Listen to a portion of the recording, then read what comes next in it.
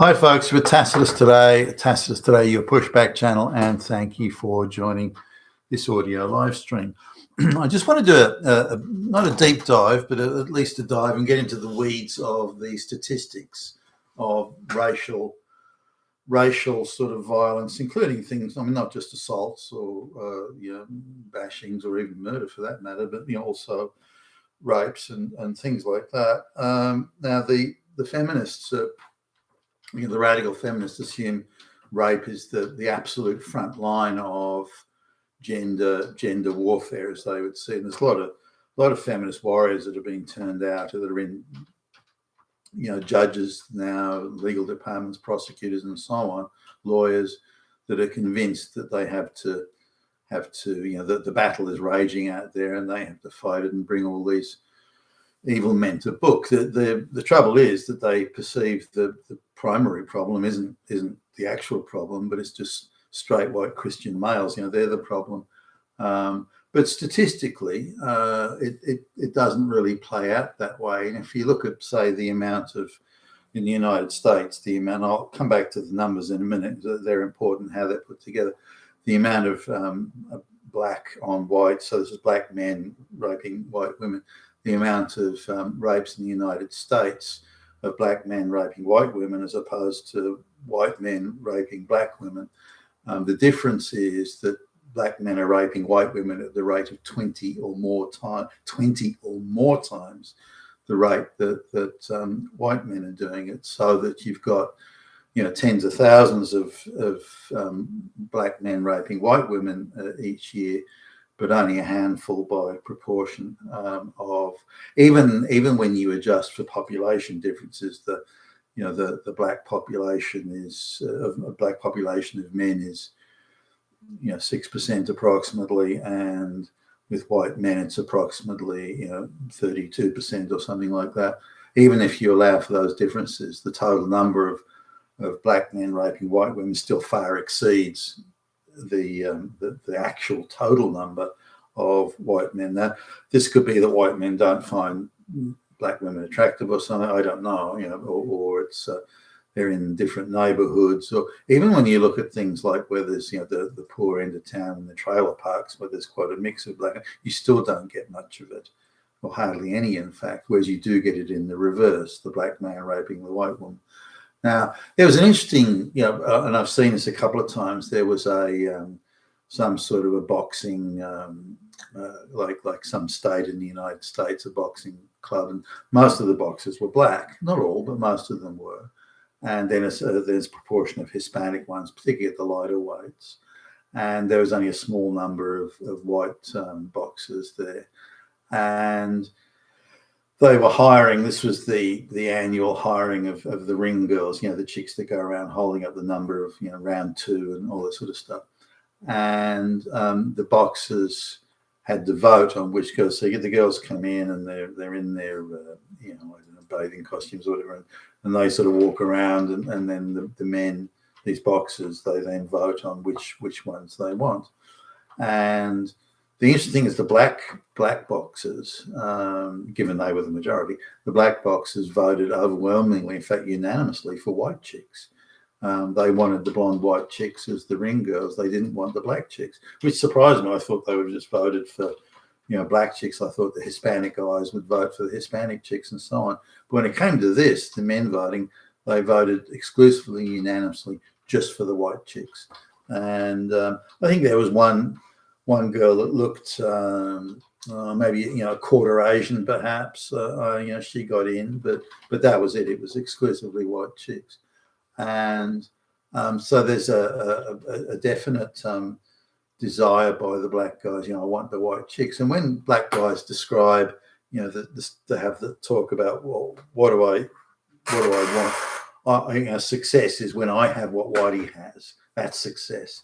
Well, what does Whitey have? Well, Whitey has the nice house. He's in the nice area. He's he drives the hot car, drives a nice car, and he's got he's dating or married to whatever the hot white chicks. That's what I want. But it always includes the black guy. Always in his measure of success is that I want the hot white chicks. But why don't you want a hot black chick? No, I want the hot white chicks. And when we look at say, particularly the hangings and the street justice of the 1800s and so on in the United States, and the idea of you sling a rope over the tree and just hang some dude, that's obviously you take them before a court of law. That's what you do, and if you believe a crime has been committed. And there's nothing wrong with a citizen's arrest, but you must turn that person over to an officer of the law, who then will lay charges if they think it's warranted, and of course going in front of a judge. But there was a lot of hangings. When I say a lot, I mean the actual amount wasn't very much, considering the amount of people. But the amount of hangings was concerning. People pointed, well, look, there's that poor black guy. He was just hung. Now, were some people hung wrongly, or were some people hung, black people, were they hung and they got the wrong guy? It was actually the dude down the road, not the one around the corner. Did that happen? Absolutely. It must have happened, given how sort of rando a lot of it was. But what were the crimes that these black men were supposed to have committed? In nearly every case, I mean, sometimes there was robbery or this, but in nearly every case, it was alleged attempted rape of a white woman. This constantly was the theme, constantly was the accusation, rather, and that just was a recurring theme all the time. Now, something I noticed in the United States was how gangs of young black men would make lewd and vulgar catcalls to women, black women, but also any woman, white women as much as any other, and they would make the most offer the most vulgar invitations for intimate relations and so on, and to scream this out on the street.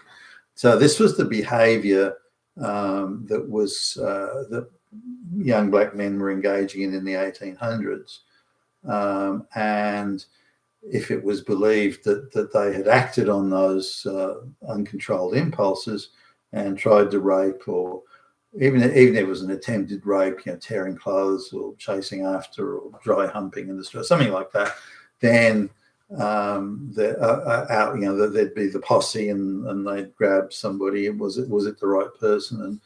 And they weren't really sure some of the time, and so some guy was then strung up on a tree instead of, again, appearing before a judge in a court of law.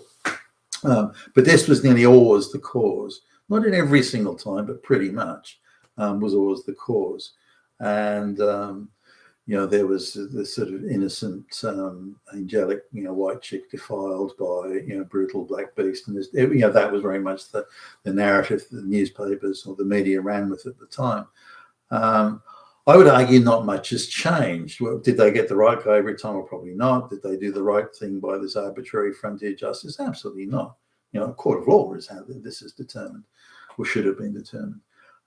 Now we come to the issue of today, where for every one attempted rape by a white guy on a black woman, there are 25 plus of black men trying to rape white women. Now, just having a look at these statistics and what they mean, because statistics are horribly manipulated by globalist captured public service institutions, and they want to make white people look as bad as possible and black people look as least bad as possible. So they have to overinflate the white sort of statistics if it's negative to whites, and then diminish or bury in the weeds of various recalculations the misdemeanors and crimes of the black people. So when we look at this, the massive amount of brown and black people are being imported into Europe. Europe was pretty much homogenous white until 20 odd years ago, and now Australia too.